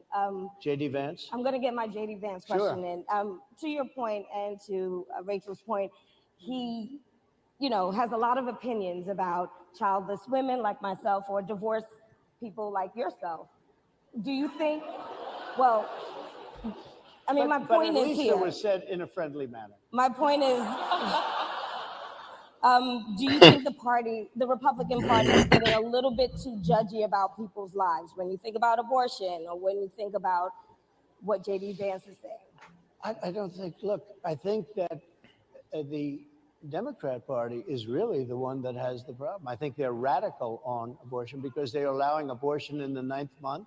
They're allowing the But death. I think it's They're about allowing freedom, the right? death of a baby after the baby is born, based on Sir, the that governor is of illegal Virginia. in every state in the country. Based on the governor of Virginia, Executing a they're baby in allowing the every death state of in the country baby is illegal. after it's born. It's a They're allowing crime. abortions in the 8th and 9th month. Well, of Democrats pregnancy. have denied. I think they're right.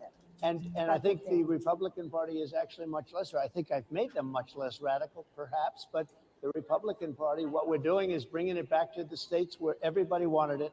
Democrats, Republicans, liberals, conservative, everybody wanted abortion brought back. They didn't want. So, I mean, this is a Democrat. This is a Democrat. A Democrat website, Axios, and they are showing an abortion map, which Trump said that many Democratic states were trying to push for abortion in the 3rd trimester, which is a fact. I have what the former governor of Virginia said about, what he would like to see when it comes to a woman's quote unquote reproductive rights or right to kill their babies. And as you guys can see here, there are 1, 2, 3, 4, 5, 6, 7 states, including DC, which isn't a state, but the capital. So we'll just say 8. 8 states not saying DC is a state, but 8 states, 8 territories, whatever you want to say, that have no defined limit. Okay. And then you have 24 weeks or later, you got 18 to 22 weeks, you got 12 to 15 weeks, and then you got 6 weeks or earlier, 18 states. So there's 8 states or 8 territories or whatever you want to call it that have no defined limit. There are 18 states that are 24 weeks or later. There are 4 states where 22 or 18 to 22 weeks, 3 states, 12 to 15 weeks. So there you have it. That is completely debunked, right? So she says, oh, well, the Democrats have denied that. The Democrats have denied that. Well, not so fast, ma'am, because I mean, I already did that breakdown on Kermit out of Philadelphia. Is a abortion doctor who was really good friends with Hillary Clinton. He was doing abortions and he was selling organs, and this was out of Philadelphia. You guys can look it up. Let me get his name real quick. Philadelphia. Yeah, so Kermit Gosnell, he was actually arrested because he was doing late-term abortions. He was doing abortions after which isn't an abortion, it's just straight. He was committing infanticide, pretty much. So this guy, Kermit Gosnell, he was a Democrat. He was a radical abortionist, and he was actually praised by Hillary Clinton. And she said he was a great person and all this kind of stuff, and he was literally killing thousands and thousands of babies. So this is absolutely ridiculous. And even people were against Kermit Gosnell when he was there. People were protesting Hillary Clinton. But yeah, that's another story for another day. Here is the former governor of Virginia speaking on what he would like or what he envisions as a woman's full reproductive rights. Listen up. No exception. There was a very contentious committee hearing yesterday when Fairfax County Delegate Kathy Tran made her case for lifting restrictions on 3rd trimester abortions, as well as other restrictions now in place. And she was pressed by a Republican delegate about whether her bill would permit an abortion, even as a woman is essentially dilating, ready to give birth. And she answered that it would permit an abortion at that stage of labor. Do you support her measure and explain her answer? Yeah, and I wasn't there, Julie, and I certainly can't speak for Delegate Tran, but I would tell you first thing I would say is this is why decisions such as this should be made by providers, physicians, and the mothers and fathers that are involved. There are, when we talk about 3rd trimester abortions, these are done with the consent of obviously the mother, with the consent of the physicians, more than one physician, by the way.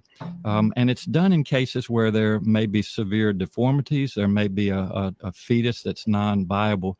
So in this particular example, if a mother is in labor, I can tell you exactly what would happen. The infant would be delivered. The infant would be kept comfortable. The infant would be resuscitated if that's what the mother and the family desired. And then a discussion would ensue between the physicians and the mother. So I think this was really blown out of proportion. But again, we want the government not to be involved in these types of decisions. We want the decision to be made by the mothers and their providers. And this is why, Julie, that legislators, most of whom are men, by the way, shouldn't be telling a woman what she should and shouldn't. And there you go. That's the talking And do you point. think multiple physicians should have to weigh in as is currently required? She's trying to lift that requirement. Well, I think it's always good to get a second opinion and for at least 2 providers to be involved in that decision, because these decisions shouldn't be taken lightly. And so, I would certainly support more than one provider. All right, let's go back to the phones now for the governor. Wow. So, I mean, there you have it. There you have it. You deliver the baby, resuscitate it, make the mother or make the baby comfortable, have a discussion with the mother, kill the baby. Roe Roe v. Wade in the federal government. They wanted it, everybody. But the wanted majority it of back. Americans oppose Excuse Roe me. v. Wade being They overturned. don't Multiple know polls have showed about that, this. sir. Right now, they're voting. It brought it back to the states. Now, I happen to believe in the three exceptions. Ronald Reagan believed with rape, incest, life of the mother. I do. I think most people do. I think most Republicans do also. But if you take a look, right now they're doing, it's an amazing thing, out of the federal government, it's in states, and people are voting. And I will say, Ohio is, let's call it a more liberal version, has been approved. Kansas, the same thing, a little bit surprising to a lot of people. But the people are now voting. And it's taking this issue that's been going on for 52 years and has torn our country apart, and it's giving it to the people to vote on. And they're voting. And Yep. I mean, if you're a woman and you see yourself getting an abortion and your state doesn't allow it, either move states or take that trip. I really don't see the issue.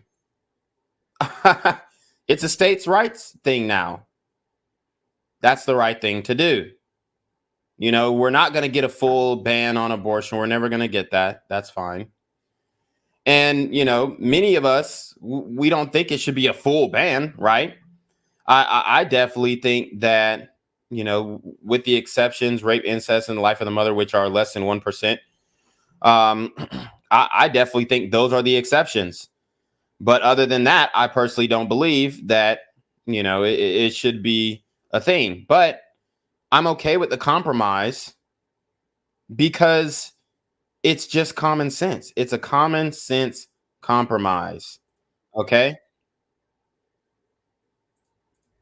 many states have already voted. Others are in the process of voting. And it's bringing it back to the people and a vote of the people. And it's not at all radical. And again, you have to follow your heart. I happen to believe in the three exceptions. Most people believe in the three exceptions. Most Republicans believe in the exceptions. But they don't want to see an abortion in the 9th month or the 8th month. Almost everybody agrees to that. And they certainly don't want to see, in the case of the governor of Virginia, the former governor, I might add, who said, we set the baby aside and then we decide what to do. Meaning, what do? We execute the baby. That's a radical, horrible position. And some people want that. I don't want it. Most people don't. Thank you. Can I just pivot really quickly to another question about, you brought up health, Harris. You're an active man. You see you golfing all the time. But if you win, you'll still be president at 82, which is older than Biden is right now. But not mentally. Look, mentally. Here's the question. He's shot. But most people, would you consider? Most people, I know many people in their 80s and their 90s that are in great shape. Some of our greatest leaders. You look at throughout the world history, the greatest leaders, some of the greatest leaders in the world were in their 80s. But here's the question. Would you consider stepping down if you felt that your health was declining? Or would you? Oh, absolutely. And who would make, I think I'd know. How would you make that decision? I think So she asked him, hey, would you step down if your health was declining? Biden still hasn't stepped down, and we know for a fact his health isn't declining. I wish he would have said, yes, I 100% would step down, but why don't you ask that same question to Biden? Because he dropped out of the race because his health is declining. He's still president. He needs to step down. Now, I don't want him to step down at this point. We don't, because we don't want to give Kamala any legitimacy of saying, oh, she's the first black female president and all this kind of stuff. We don't want that. But she is a heartbeat away from the presidency, and that's really concerning. But the reality is Biden is not fit to hold office, yet he's still holding office. If I came onto a stage like this and I got treated so rudely as this woman treated Oh my me, goodness. and I'm fine with it because she was very rude. Somebody said, no, she did not. Those are the blackmail simps in the crowd. Sir. Very rude. That wasn't a question. She didn't ask me a question. She gave a statement. That wasn't a question. I repeated your statement, sir, actually. You said you would. You would. Oh, make that absolutely. decision If to I step thought down. that I was failing in some way, I want people to be sharp. I'll go a step further. I want anybody running for president to take an aptitude test, to take a cognitive test. I think it's a great idea. and I took 2 of them and I aced them. Well, can got I them. just- I took 2 of them. But let me ask you. Yeah. I would like to have people running for president, and I don't mean because they're 75 or 85. I think anybody running, I'd like to do it. People say it's not constitutional. I would like to have something passed where you can do it. I think we should know. I mean, I've watched what's happened in the last couple of years under this gentleman, and our country is a mess. We have inflation. We have the millions of people falling in. We have Afghanistan, which was the worst, most embarrassing moment in the history of our country. What he has done to our country, and her too, what they've done to our country, she has been a horrible vice president. She's considered the worst vice president in the history of our country. Don't mean to interrupt you, but would you consider taking the cognitive test? Mr. President, I would love to and do make it. it public. Well, I've already taken 2 of them, but I'll do it again. Mr. President, how do you intend to? I suggested, Harris, that let's take one. I said, Joe and I will go and take a cognitive test. Now, I'd do it with her too. I would do it with her also. You know what? She failed her law exam. She didn't pass her law exam, so maybe she wouldn't pass the cognitive test. Mr. President, Are you saying she wouldn't pass? Just to be clear, I'm just giving you the fact. To be clear, you don't think I'm Harris? just How do you giving the intend fact. and She look. didn't pass her bar exam, and she didn't think she would pass it, and she didn't think she was going to ever pass it. And I don't know what happened. Maybe she passed it. I She guess did pass it. There's a She man did- over she here. did I in think fact he pass it. must work. Mr. President, I would love to ask you about January 6th. You've called yourself the candidate of law and order. When Time Magazine asked you if you would consider pardoning all the rioters, you said, yes, absolutely. Sure. You called them patriots. 140 police officers were assaulted that day. Their injuries included broken bones, at least one officer lost an eye, one had 2 cracked ribs, 2 smashed spinal discs, another had a stroke. So here they're coming at him for January 6th. Were the people who assaulted those 140 officers, including those I just mentioned, patriots who deserve pardons? Well, let me bring it back to modern day. Like about 5 days ago, we had an attack on the Capitol, a horrible attack on the Capitol. Yep. So I love the fact that he brought this up. He brought up the Hamas protesters who completely desecrated, denigrated, and disrespected our wonderful monuments in Washington, D.C.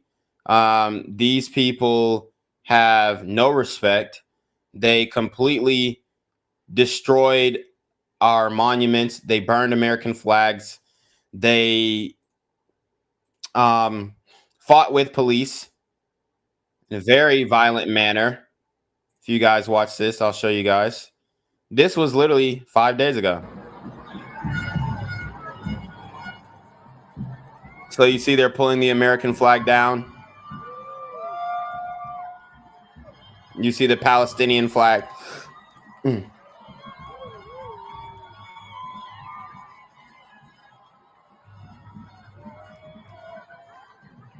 These people hate our country. They want to see our country destroyed. You see how crowds of people swarmed to take down the flag. Okay. Let me show you guys some more images of them fighting with police. And she tried to bring up January 6th. If you look at the videos from January 6th, everybody was chilling.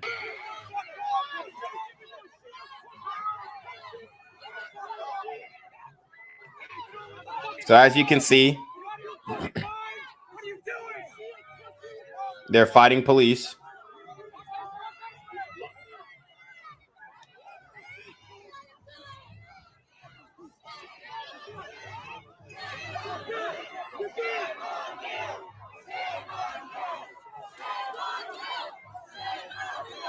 I mean, come on. He punched the fuck out that bitch. Hold up. Run it back. Oh, he pushed her with the baton.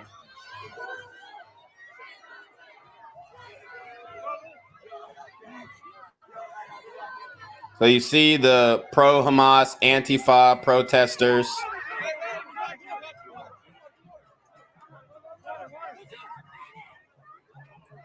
I mean, complete and utter chaos. They're over here graffitiing.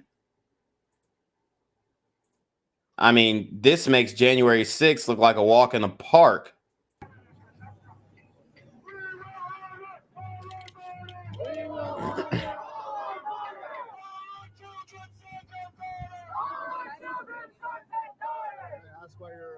painting? I'm just asking. That's my job. What do you mean it's your job? It's my job to ask questions. What are you doing here? You don't support Palestine? I support the free speech of the United States of America. Do you support Palestine? I lived in Jordan for 6 months, and I believe America is the last hope that we have. That's what I believe in. So get the fuck out of here. There you go. I'm here doing my Over job. here, guys. Zionist. Yeah, okay. Zionist. Okay. Zionist over here. Sure. Baki Arabi كويس. Baki Arabi. Yeah. أنا درست في Jordan. Don't take it back. You're a liar. You're a liar. I heard what you said. Everyone heard what you said. What the fuck?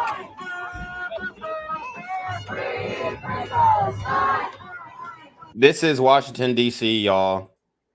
I mean, are you freaking kidding me? These Palestine protesting nut jobs. And she had the nerve to bring up some motherfreaking January 6th.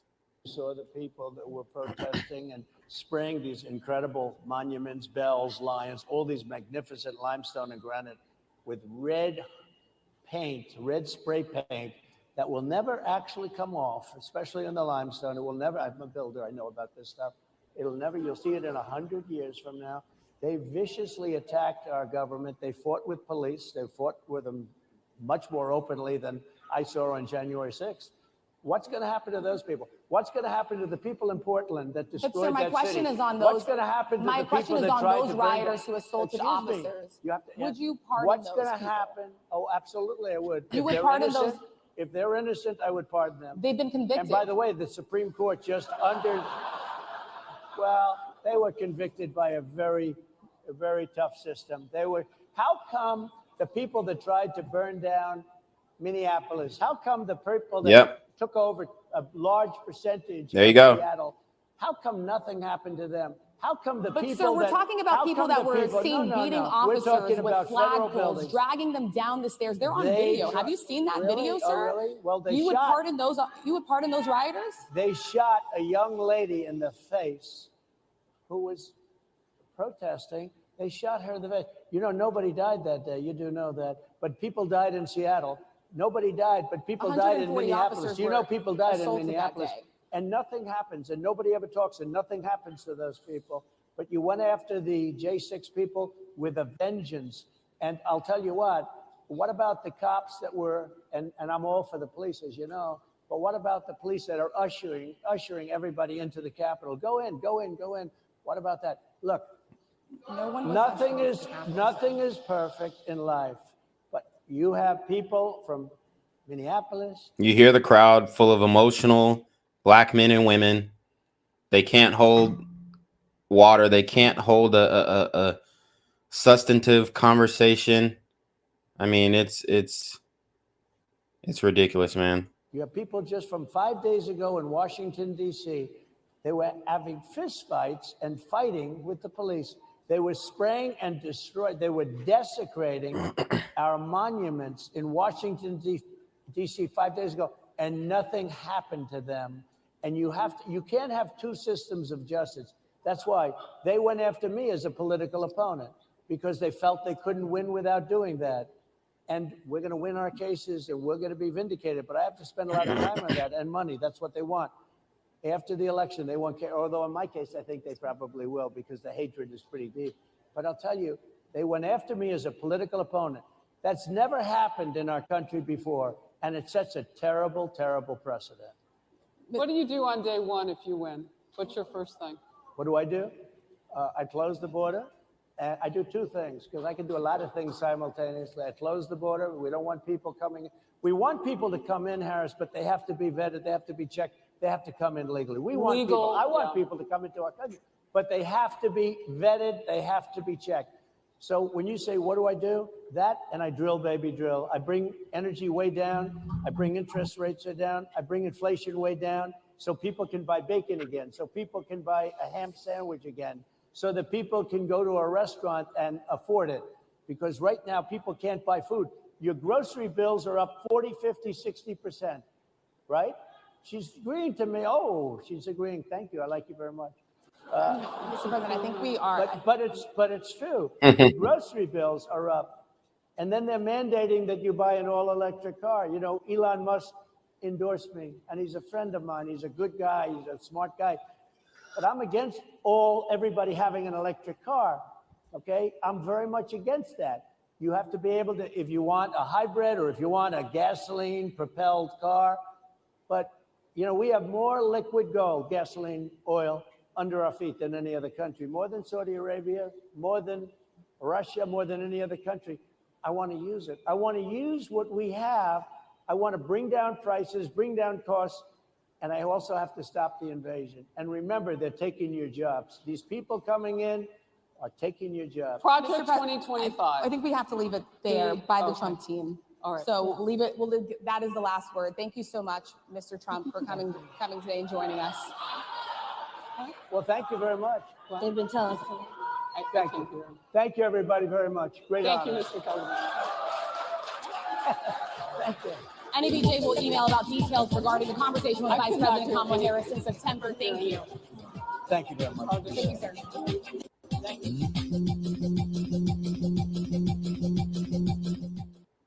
What the fuck type of music did they have at this shit, man? It was a whole... Man, that was a shit show, bruh. That was a complete disgrace. It was an embarrassment to the black community. A lot of disrespect towards rightful President Donald Trump. The man just got shot, and y'all over here hounding him. I'm disappointed in Harris Faulkner because she was about to say, Project 2025. We've already read Project 2025. We've already broken it down on this channel. There's nothing wrong with Project 25. It's not racist. It's not a white nationalist,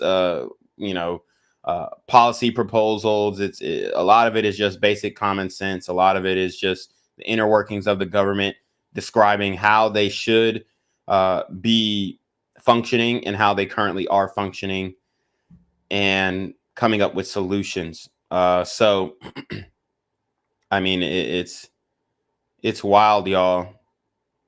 This is wild. Okay.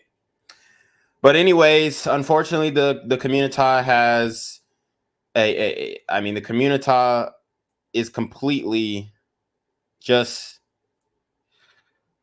they've drank the Kool-Aid. They drank the Kool-Aid. I think Trump ultimately outwitted them, but I do think that he could have done better. And I do think that J.D. Vance definitely put some holes into his campaign just because of things that he's been on record saying before. But I mean, shit, that's not going to change my vote. If Kamala Harris wins, the country is over. Let's just keep it a buck. She's going to give full power to the social media oligarchs to censor people online. She's going to do a gun grab, an assault rifle buyback program. They're going to give you pennies on the dollars of your firearms. They're not going to pay for the attachments or the ammunition that you bought as well. She is going to completely end fracking. She's going to make the country energy dependent.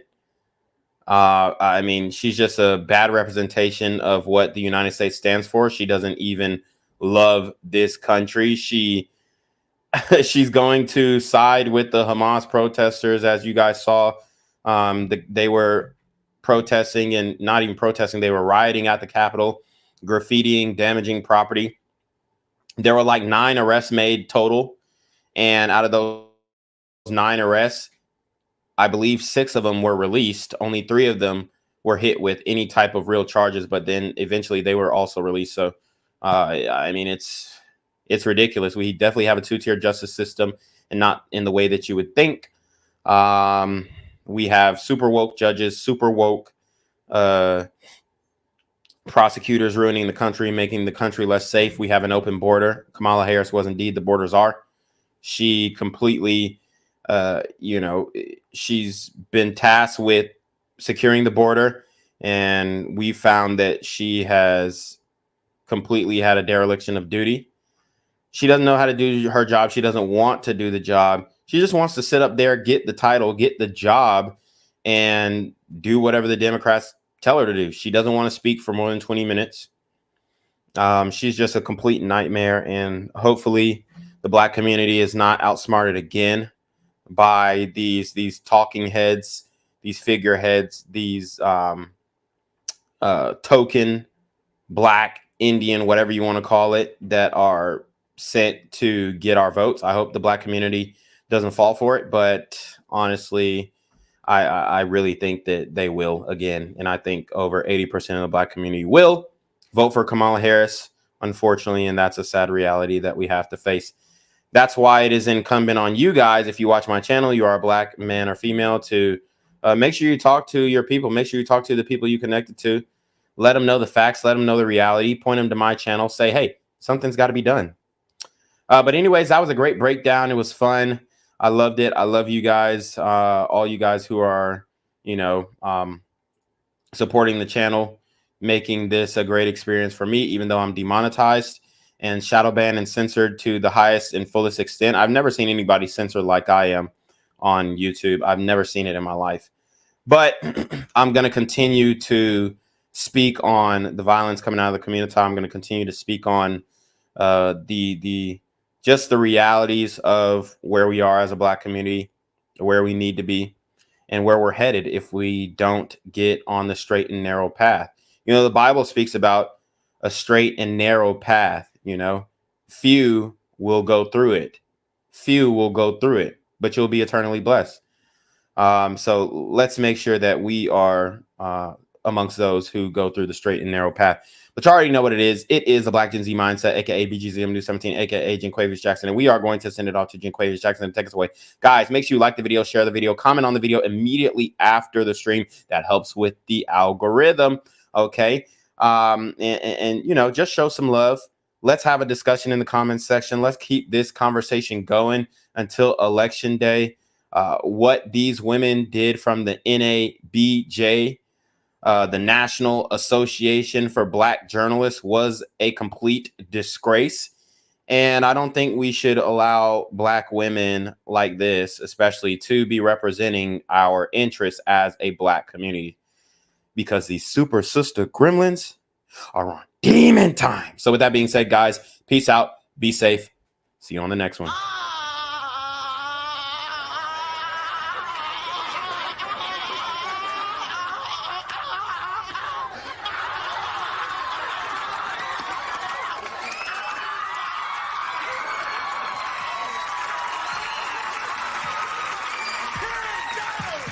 What's good, Shadow Realm?